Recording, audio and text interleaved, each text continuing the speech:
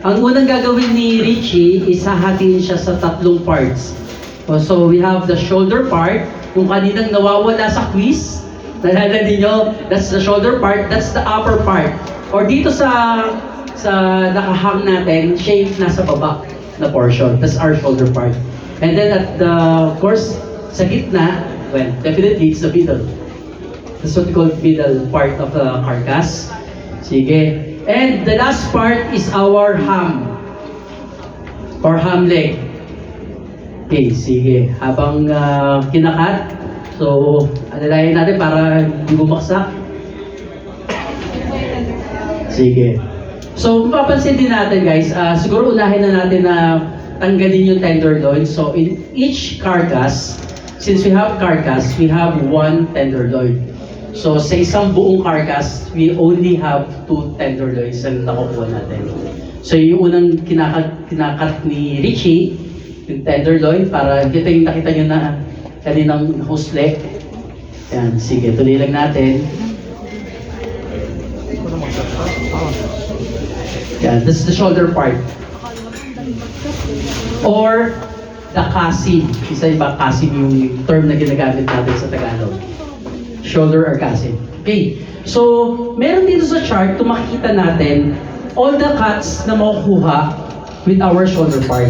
Okay, so, we have the pata front.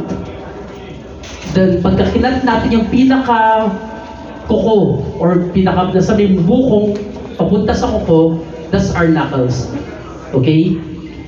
And then, yung mga later kung kaya pang ikat na todo, yan, makikita natin yung sinigang cut na galing sa bias o yung para siyang barbell doon sa shoulder pagka dinibone natin yung pinakamalamang parte ng ating shoulder. Okay? Sige, medyo okay na? So, nakita natin yung 3 parts, no?